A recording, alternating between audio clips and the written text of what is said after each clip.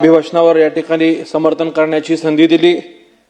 माननीय महामहिम राज्यपाल महोदयांनी कालच्या त्यांच्या भाषणामध्ये जी भूमिका मांडली, महाराष्ट्र राज्याचे मुख्यमंत्री देवेंद्रजी फडणवीस साहेब व महायुती सरकारच्या नेतृत्वात हे महाराष्ट्र राज्य कशा पद्धतीने प्रगती करतोय या विकास कामांचा आरसा त्यांनी संपूर्ण महाराष्ट्राच्या समोर मांडला।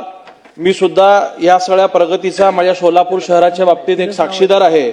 सोलापूर शहराच्या अनेक वर्षापासून रखडलेले असलेले अनेक प्रश्न मागच्या एक वर्षभरात जवळपास मार्गी लागलेले ते पूर्ण होताना आम्ही सर्वजण पाहतोय।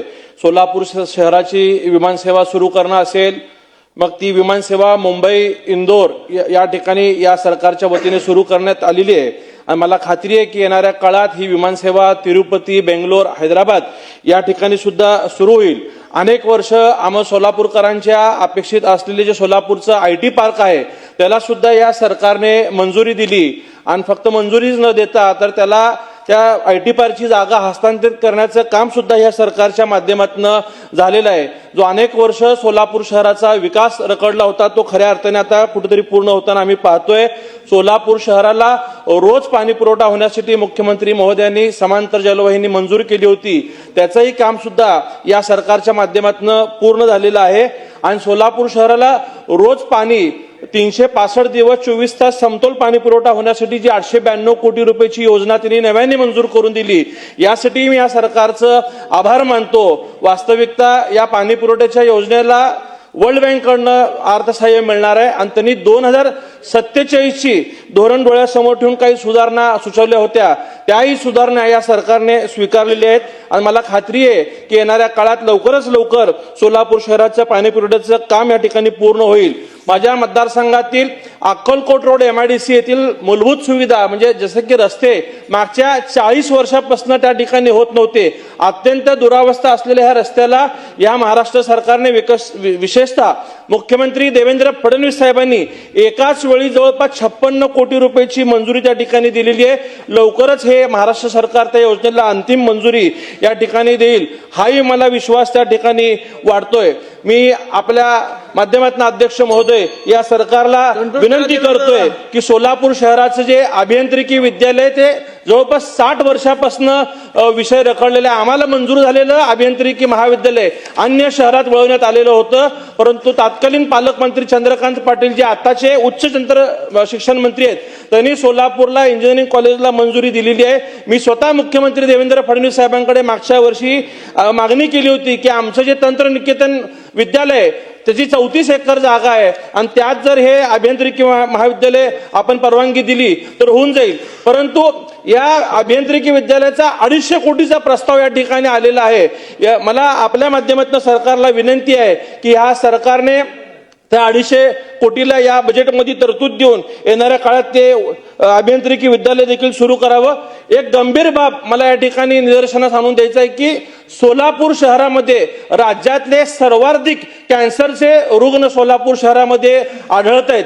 त्याचं कारण म्हणलं तर अनेक वर्ष लोकांना वाटायचं की सोलापूर हे विडी कामगारांचं शहर आहे आणि विडीमुळे या ठिकाणी कॅन्सरचे रुग्ण आढळतात, पण काही तज्ञांचं असं मत आहे की सोलापूर शहराला जो पाणी पुरवठा केला जातो तो उजनी धरणामध्ये उजनी धरणाच्या वरती असलेले कुरकुंब MIDC असेल, पुणा असेल, पिंपरी चिंचवड असेल, अनेक मोठ्या शहरातनं जे दूषित पाणी पुरवठा त्या ठिकाणी मिसळला जातो तो मागच्या 30 ते 40 वर्ष या ह्याच्यावरती काम न केल्यामुळे सोलापुरात मोठ्या प्रमाणात कॅन्सरचे रुग्ण आहेत। आज एका सोलापूर जिल्ह्यात अध्यक्ष महोदय 5 ते 6 कॅन्सरचे हॉस्पिटल त्या ठिकाणी सुरू झालेले आहेत। रिलायन्स सारखा मोठा ग्रुप सुद्धा सोलापूरमध्ये येऊन कॅन्सरचं हॉस्पिटल सुरू करतो, ह्याचं गांभीर्य हे सरकारने ओळखलं पाहिजे आणि आपल्याला दीर्घकाळ या पाण्याच्या शुद्धीकरणावरती ह्या सरकारने काम केलं पाहिजे अशी मी इच्छा आपल्या माध्यमातून करतो। मुख्यमंत्री महोदय यावरती निश्चितच येणाऱ्या काळात दीर्घकाळ उपाययोजनावरती काम करतील, हाही विश्वास मला आपल्या माध्यमातून आहे। सोलापूर शहरातील जे छत्रपती संभाजी महाराजांचं तलाव आहे त्या तलावाचं विकसीकरण करणं गरजेचं आहे। जवळपास 50 कोटी रुपयाचा DPR अध्यक्ष महोदय तयार असून ती जर तलाव विकसित केलं तर धार्मिक पर्यटनासाठी सोलापूरात येणाऱ्या लोकांना एक चांगलं स्थळ त्या ठिकाणी उपलब्ध होऊ शकतो। आणि अध्यक्ष महोदय सोलापूर शहराला जे 2 उड्डाण पूल मागच्या 10 वर्षापासून मंजूर आहेत, केंद्रीय नितीन गडकरी साहेबांकडनं त्याचं भूमिपूजन सुद्धा झालेलं आहे. त्याचंही काम अद्यापपर्यंत सुरू झालेलं नाहीये. काही केंद्र सरकारच्या आणि राज्य सरकारच्या जागा अद्याप ताब्यात मिळाल्या नाहीत. मुख्यमंत्री देवेंद्र फडणवीस साहेबांनी लवकरच ह्याच्यावर एक बैठक घेऊन ह्या जागा हस्तांतरित करण्याचं जर नियोजन केलं तर हे काम लवकर सुरू होऊ शकतो, हे मला खात्री आहे. आणखीन एक अध्यक्ष महोदय, एक गंभीर प्रश्न सोलापूर शहराचा जो आहे तो म्हणजे B2चा आहे. मग सोलापूर शहरातील 13 कामगारांच्या चाळी असतील, मोरारजी पेठ असेल, सिव्हिल लाईन असेल, गुरुनानक नगर भागातील 21 सोसायटी असतील, ज्यात की एकता नगर, कर्णिक नगर, या सगळ्या सोसायटींवरती चुकीच्या पद्धतीचा B2 लागलेला आहे. तात्कालीन त्यावेळीच्या ब्रिटिश सरकार असलेल्या कलेक्टरांनी शहराचा विकास करताना त्या जमिनी त्या लोकांना विकल्या होता आणि मागच्या 60 ते 70 वर्षामध्ये कधी खरेदी विक्री शेवट संपवतो, कधी त्याची खरेदी विक्री थांबवली नव्हती. प्रत्येकाला बांधकाम परमिशन, वापर परमिशन सुद्धा मिळायचं, परंतु कालच्या महाविकास आघाडीच्या सरकारमध्ये येऊन याच्यावरती बंदी आणण्यात आली. त्यामुळे आज या लोकांना ना बांधकाम परवाना मिळतो ना खरेदी विक्री करता येते.